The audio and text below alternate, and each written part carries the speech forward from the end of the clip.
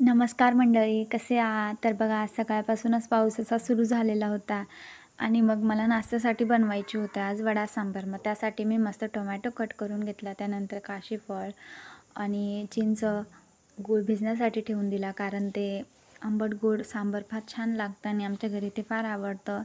त्यामुळं मी तेही करून घेतलं आणि नंतर मग लगेच वडे तळण्यासाठी घेतले. वडे तळून घेतले एक एक करून. मी अशी पळीनीच वडे तळते, कारण ते असे मस्त गोल होतात.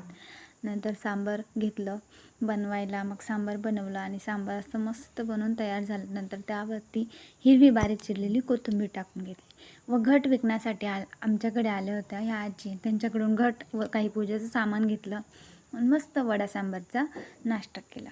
व त्यानंतर आज दळण करायचं होतं. दळण करण्यासाठी घेतलं. मस्त टी व्ही बघता बघता दळणही करण्यास घेतलं आणि आज टी व्हीवर सुरू होता गाढवाचं लग्न हा पिक्चर. लहानपणी फार बघितलेला आहे आणि फार असण्यासारखाही हा पिक्चर आहे.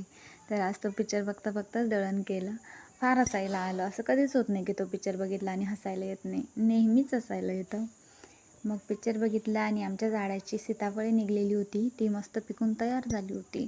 मग तीही त्यानंतर मस्त खाल्ली व त्यानंतर आज मला उपवास नव्हता, तरी पण मस्त साबुदाणा खिचडी. भेटूयात नेक्स्ट ब्लॉगमध्ये. श्री स्वामी समर्थ.